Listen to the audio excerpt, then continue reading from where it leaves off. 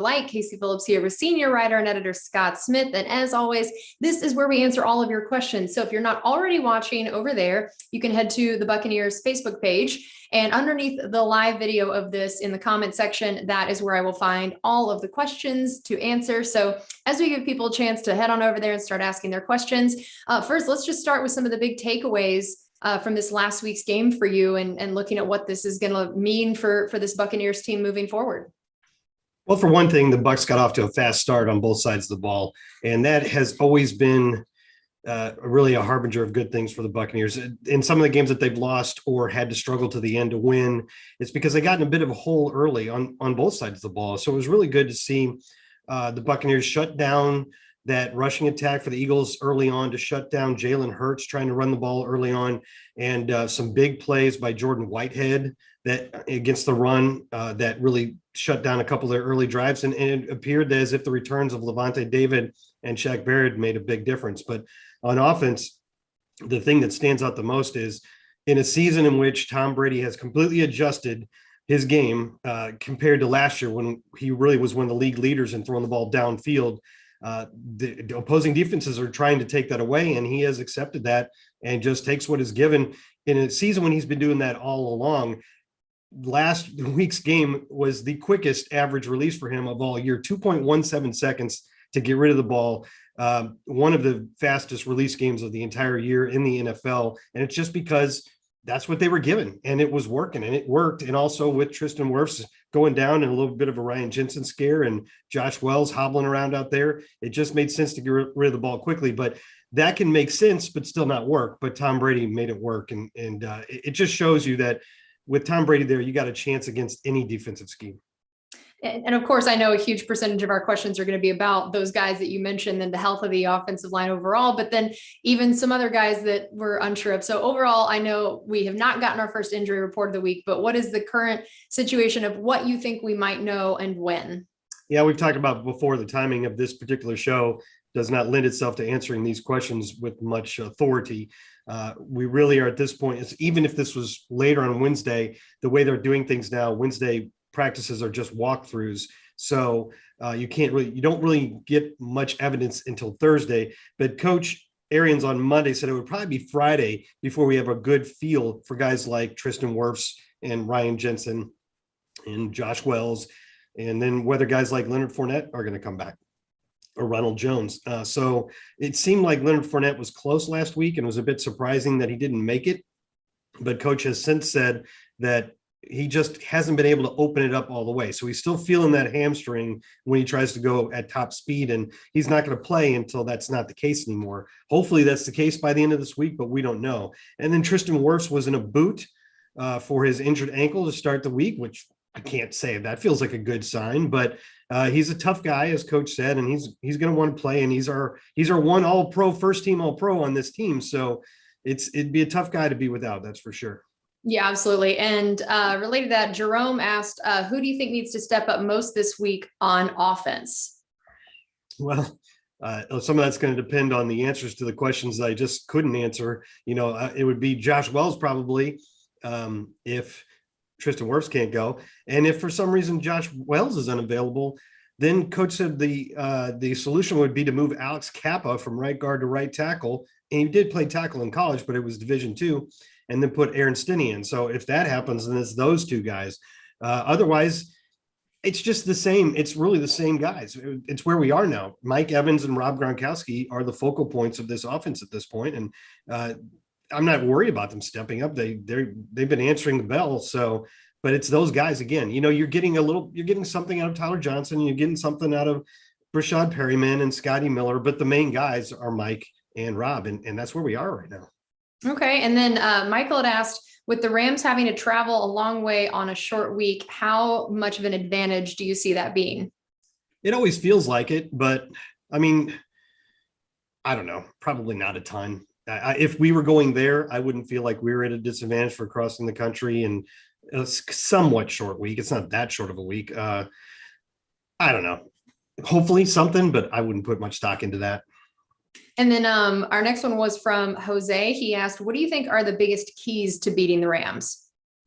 Well, you need to get pressure on Matt Stafford without blitzing. Matt Stafford's numbers against the blitz are off the charts this year. If you try to blitz him, do so at your own peril.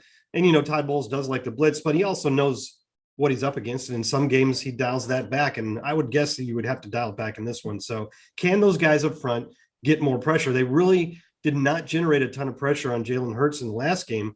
And we haven't seen one of these big, total awesome pressure games since week 16 at Carolina. And the Panthers had a really beat up offensive line at that point. So getting some more pressure from those guys up front, I think, is probably the key on defense. And then it's the same thing on offense, is just keeping Tom Brady clean, because boy, Aaron Donald, Von Miller, who's heating up again, and Leonard Floyd, that is a tough trio to stop. Now the Bucs have the best offensive line by the numbers, at least, and 3 Pro Bowlers in the league if they're healthy. So it's a good challenge. It's a nice matchup, but yeah, giving Tom Brady a clean pocket would be probably the key on offense.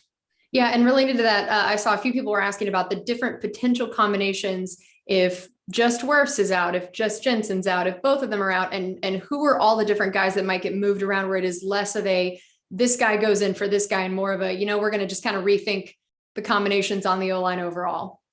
Well, it like you said, it depends on who's out. If both Jensen and Wirfs are out, then you're mixing a lot. I mean, if Josh Wells can play, he's the right tackle.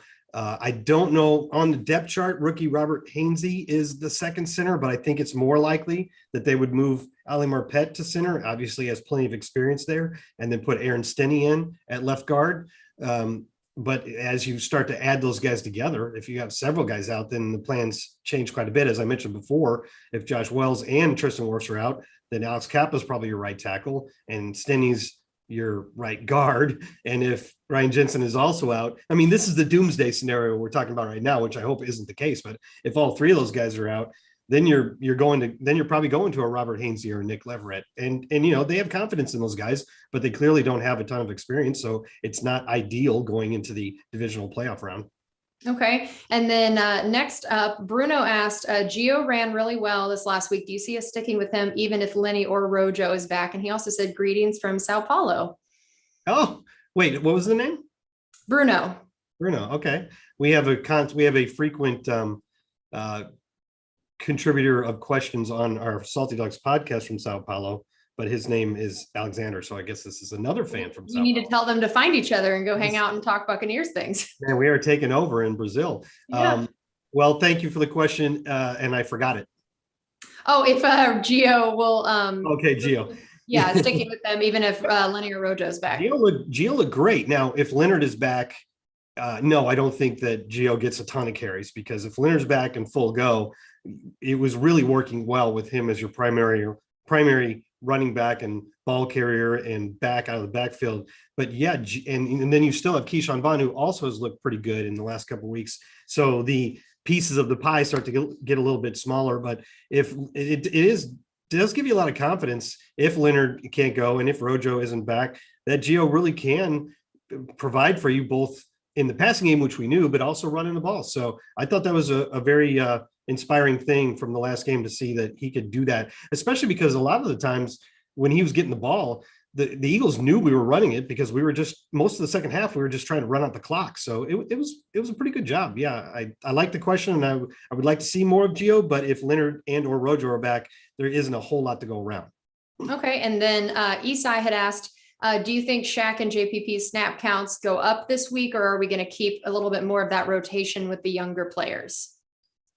I think it would go up a little bit, because those 2 guys in Levante, they had on what they like to call a pitch count a little bit, as much as they could, to try to ease them back into action and not overdo it and then maybe have a setback or make it worse for this week. So, but I do think that their snaps are going to rise as the Bucs keep playing. But it is good to see Anthony Nelson and Joe Tryon-Trinka making a little bit of an impact, because you do want that deeper rotation so you can keep everybody fresh during the game. So I would expect that their snap counts will go up, but maybe not to the point that they were prior to both players getting injured. Remember, those 2 guys, Shaq and JPP, like to be on the field like 80-85% of the time. And it's probably not going to go back to those levels quite yet. All right, then we'll close with this. A couple of people had asked why we have not seen more of LeVeon Bell being used, even when there were some injuries to guys like Lenny and Fournette. So what do you think about the chances of how often we see him moving forward, or why they maybe haven't used him more in the last game or so?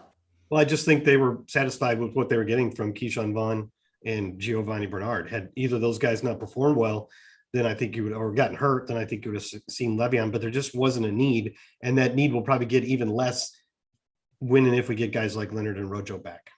All right. Well, that's going to do it for us on this edition of Buccaneers Insider Live presented by Miller Lite. Thank you guys, as always, for those amazing questions. And we will be back here next week, hopefully talking about the Bucs advancing to the next round. We'll see you then.